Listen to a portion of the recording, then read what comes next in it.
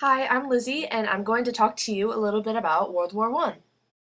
To start off, there were a few nations involved in the war, and this is going to show you the main alliances that occurred during the war.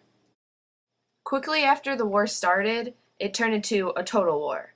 In order for a total war to occur, the governments had to really start taking control with the economic and cultural lives of their citizens.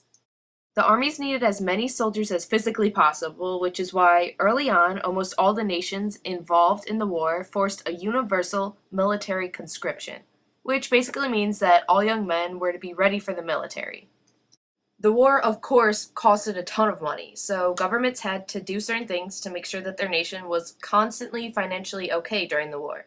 A few of the things the governments did included raising taxes, borrowing a ton of money, rationing many products, setting prices, and forbidding strikes. At the start of the war, Britain formed a blockade in the North Sea to keep ships from carrying supplies in and out of Germany. There's actually an international law that allowed wartime blockades to confiscate contraband, but not to confiscate food and clothing. Britain, however, ignored that law, and their blockades would stop both types of goods from entering Germany. This pretty much left the people of Germany in a crappy situation. Germany didn't want to take Britain's bullcrap anymore, so they were like, hey, we're gonna sink all your British good-carrying boats if you don't stop with this blockade BS. And in May of 1915, a German submarine sent a torpedo into a British liner called Lusitania. Over 1,000 passengers were killed, including about 128 American passengers. America was definitely on the angry side and was mad that innocent Americans were killed. So here's a more realistic picture of the Lusitania and what it looked like.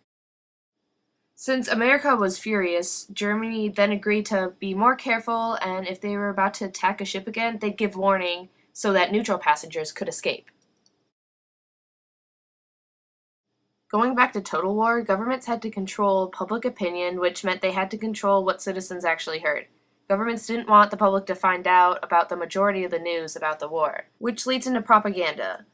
Governments use propaganda to motivate people to join the war and to urge citizens to loan money to the government.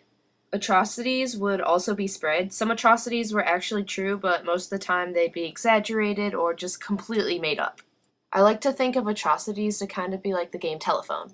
Women had a role in the war. While men were away fighting, women would take over jobs and be responsible for keeping the economy going. A lot of women worked in war industries that made weapons and supplies. If there were food shortages, such as the ones in Britain, volunteers would farm to provide the nation with food. Nurses would often work long hours, especially on the bad days where there were many casualties. This is an example of nurses during the war, and the following video will feature farming women.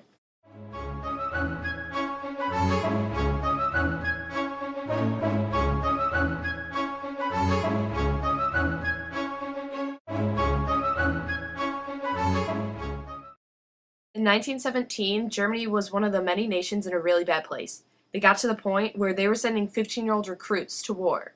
Think about that. Can you imagine yourself as a 15-year-old going to war and seeing these images?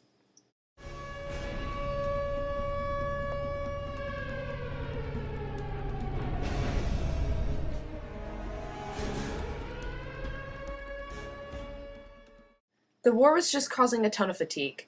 There were a ton of casualties, food shortages, etc., and poets of the time weren't focusing on the good, really because there wasn't much good.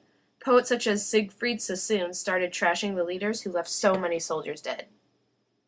Troops in some French units started refusing to obey their military leaders, Italian soldiers deserted during a retreat, and Russian soldiers left the battling front to join in with the revolution back home. War really hurt Russia. Stories about how generals were stupid lowered Russia's confidence. The Russian Tsar actually lost his power during the time, but instead of Russia becoming democratic, V.I. Lenin soon came to power, pulled out the Russian troops from the war, and ended Russian participation in the war once he signed a treaty in 1918. So the US was anti-German for a list of reasons. First of all, most of America liked Britain since we spoke the same language as them and had similar culture. The US also liked France. Remember how in 1915 Germany promised they'd stop with the submarine attacks? Well, in 1917 they changed their minds. Thirdly, the British intercepted a message from the German foreign minister that was to go to his ambassador in Mexico. The message basically said that Germany would help Mexico reconquer their lost land in New Mexico, Texas, and Arizona if Mexico supported Germany against the US. This just made America more angry with Germany. America's anger is what caused the US to form an army to go to war with. In January of 1918, President Wilson of the US issued the 14 Points, a list of his terms for resolving this and future wars. Because all in all, Wilson wanted peace. One thing Wilson wanted and favored for Eastern Europe was self-determination. Germany was ready to finish the war already, especially before the Americans arrived. However, in March of 1918, the Germans messed up offensively, which backtracked them. The Germans tried to make up for their mistake, but shortly after, the Americans arrived. Once the Americans arrived, Germany realized that they were pretty much screwed and eventually could not keep going on with the war. Also, soon after Germany stepped down, Austria-Hungary wasn't doing too hot either, so that obviously wasn't a plus. The new German government sought an armistice, or agreement to end fighting, and on November 11, 1918, World War I was finally over.